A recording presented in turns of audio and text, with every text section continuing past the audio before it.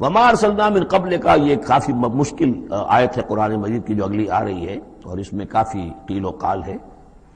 وما ارسلنا من قبلک من رسول ولا نبی الا اذا تمنى القى الشیطان فی امنیتہ، اور نہیں بھیجا ہم نے آپ سے پہلے بھی کوئی رسول، اے نبی صلی اللہ علیہ وسلم، نہ کوئی رسول نہ نبی، الا اذا تمنا، مگر یہ کہ جب اس نے خود کوئی خیال باندھا، کوئی پلاننگ کی، کوئی نقشہ بنایا اپنے کام کا۔ ایک تو یہ کہ اللہ کی طرف سے ہدایت آ رہی کہ اب یہ کیجئے، اب یہ کیجئے، اب یہ کیجئے، ظاہر بات ہے کہ اس میں تو کسی خطا کا کوئی امکان ہی نہیں، وہی چاہے وہ وحی جلی ہو اور چاہے وحی خفی ہو، نبی کے لیے وحی جلی وحی خفی دونوں محفوظ ہیں۔ وحی خفی کے اندر بھی شیطان یا شیطانی قوتیں کوئی در اندازی نہیں کر سکتی، لیکن یہ کہ کبھی ایسا بھی ہوتا ہے کہ وحی کی طرف سے کوئی بات نہیں آئی ہے۔ ظاہر بات ہے کہ یہ نہیں سمجھنا چاہیے کہ نبی کی حیثیت بالکل ایسے ہے جیسے وہ کسی زمانے میں، آج کل تو شاید وہ معاملہ ختم ہو گیا، وہ تار جو جاتے تھے گٹ گٹ گٹ گٹ گٹ گٹ ہو رہی ہے، ادھر سے ہو رہی ہے، ادھر سے وہ جو ہے مشین بول رہی ہے، تو بیچ میں تو مشین ہے، کچھ نہیں ہے۔ تو ایسا نہیں ہے کہ نبی کی اپنی کوئی شخصیت ہی نہ ہو، نبی کی اپنی کوئی سوچ ہی نہ ہو، نبی کی اپنی کوئی پلاننگ ہی نہ ہو۔ یہ تو عام انسان بھی دیکھیے، اگر کوئی آپ کو یہ کہے بس آپ کو تو جو کہا کرتے چلے جاؤ، تو آپ کہیں گے میری شخصیت، میری بھی کوئی سوچ ہے، میری بھی کوئی اس معاملے کے اندر مجھے بھی کوئی رائے جو ہے۔ تو نبی کا معاملہ یہ نہیں ہے کہ بس ہر لحظہ وہ اللہ کا حکم آ رہا ہے، نہیں، بلکہ یہ کہ ان کو ایک حکم دے دیا گیا، اس پر پھر وہ خود بھی سوچتے ہیں۔ تبلیغ کیجئے، جیسے حکم آیا انذر عشیرتک الاقربین، اب اپنے قریبی رشتہ داروں کو خبردار کیجئے۔ اب یہ کام نبی کا تھا کہ آپ نے حضرت علی کو حکم دیا کہ کھانے کا انتظام کرو، اور بنو ہاشم کے تمام مردوں کو آپ نے بلا لیا۔ یہ جو تدبیر ہے یہ یا محمد الرسول اللہ صلی اللہ علیہ وسلم کی۔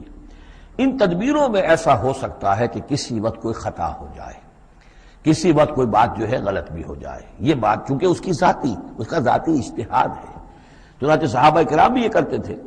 غزوہ بدر میں حضور نے جہاں حکم دیا تھا کیمپ لگانے کا، تو وہ جا کر بعض صحابہ پہنچ گئے کہ حضور دیکھیے اگر تو یہ وحی کے حکم کے تحت ہے، جو اللہ کا حکم ہے کہ یہاں کیمپ ہمارا ہونا چاہیے، سر تسلیم خم ہے۔ اگر یہ آپ کی ذاتی رائے ہے تو پھر ذرا اگر آپ اجازت دیں تو ہم کچھ اپنی رائے بھی پیش کریں۔ آپ نے فرمایا ہاں کہو۔ انہوں نے عرض کیا کہ ہمارے نزدیک جو تجربہ ہمیں جنگوں کا ہے، اس کی بنا پر ہم یہ سمجھتے ہیں کہ ہمارا جو پڑاؤ ہے، ہمارا کیمپ وہاں لگنا چاہیے، اس وادی کے اس گوشے میں۔ آپ نے فرمایا ٹھیک ہے، یہاں سے خیمے اٹھاؤ اور وہاں لگا دو۔ ظاہر بات ہے یہ تدبیر تھی ذاتی تھی محمد الرسول اللہ صلی اللہ علیہ وسلم کی۔ اس میں اختلاف کی صحابہ کو گنجائش ہے اور انہیں اپنی رائے پیش کرنے کا بھی موقع ہے۔ اگر یہ وحی سے ہوتا تو ظاہر بات ہے کہ پھر وہاں سے کوئی سوال پیدا نہیں ہوتا تھا کہ وہاں سے کیمپ اکھاڑا جائے۔ تو اس طرح کے معاملے میں خطا بھی ہو سکتی ہے، غلطی بھی ہو سکتی ہے، اور اس قسم کے معاملے میں کوئی در اندازی جو ہے شیطان کی طرف سے بھی ممکن ہے۔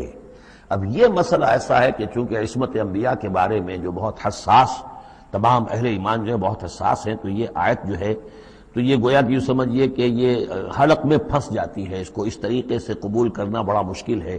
تو تعویلیں بڑی دور راسکار بھی کی گئی ہیں، لیکن میرے نزدیک اس کی بالکل سیدھی سی بات ہے۔ یہاں تک کہ میں آپ کو واقعہ بتا چکا ہوں تعبیر نخل کا، کہ حضور نے مدینے میں جا کر کہا کہ یہ آرٹیفیشل پولینیشن وغیرہ کے لیے تم جو قریب کر دیتے ہو کھجور کے نر اور مادہ پھولوں کو قریب لے آتے ہو تاکہ فرٹیلائزیشن زیادہ ہو جائے اور پھر یہ کہ پھل زیادہ ہو جائے، نہ کرو تو کیا ہے، آپ کے بس یہ کہنے سے صحابہ نے نہیں کیا، لیکن یہ کہ فصل کم ہو گئی۔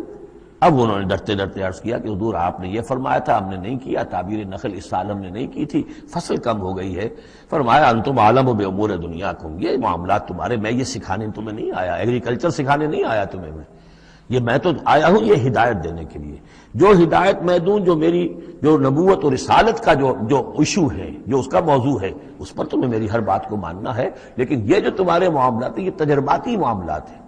اب دیکھیے تجرباتی، چونکہ وہ تجربہ تھا انہیں، وہ کرتے تھے، زراعت کرتے تھے، اور انہیں یہ اندازہ ہو گیا تھا کہ ایسا ہو تو اس سے یہ کہ پھل زیادہ ہوتا ہے، تو تجربے پر تھا، اور تجربے ہی کی بنیاد پر سائنس ہے۔ پوری سائنس کیا ہے؟ ایکسپیریمنٹیشن ہے نا، اسی کے اوپر تو یہ سائنس ڈیولپ ہوئی ہے۔ ان چیزوں کو جو ہے وہ اس سے خارج سمجھیے، اس میں کوئی تعلق جو ہے دین کا اس سے نہیں ہے۔ انتم عالم بامور دنیاکم، تم اپنے ان دنیاوی معاملات کو جو تجربے پر جس کا دار و مدار انحصار ہے مجھ سے بہتر جانتے ہیں۔ یہ حدیث ہے بخاری شریف کی، الحمدللہ اللہ تعالیٰ ان پر لاکھوں نعمتیں اور اپنی رحمت نازل فرمائے، یہ چیزیں محفوظ رہ گئی ہیں ہمارے لیے، تبھی تو ہمارے لیے کچھ کہنے کا اور بولنے کا موقع ہے۔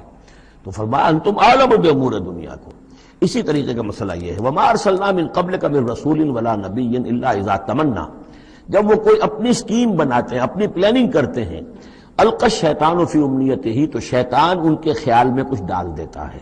امنیہ کہتے ہیں تمنا، آرزو۔ اب دیکھیے آدمی سوچتا ہے یہ حسرہ ہو جانا چاہیے، یہ کام یوں ہونا چاہیے، مثلا جبکہ آپ نے دیکھا کہ مکہ مکرمہ میں تو میرا قیام ناممکن ہو گیا ہے، اس لیے کہ ابو طالب کے انتقال کے بعد وہ جو خاندانی ایک پروٹیکشن حاصل تھی بنو ہاشم کی، وہ ختم ہو گئی، اور اب خاندان بنی ہاشم کا سردار بھی ابو لہب ہو گیا ہے کہ جو بہت ہی سخت دشمن ہے ذاتی طور پر حضور کا۔ تو پھر آپ نے سوچا اب کیا کروں، کس طرف جاؤں، کدھر دیکھوں، کسے آواز دوں؟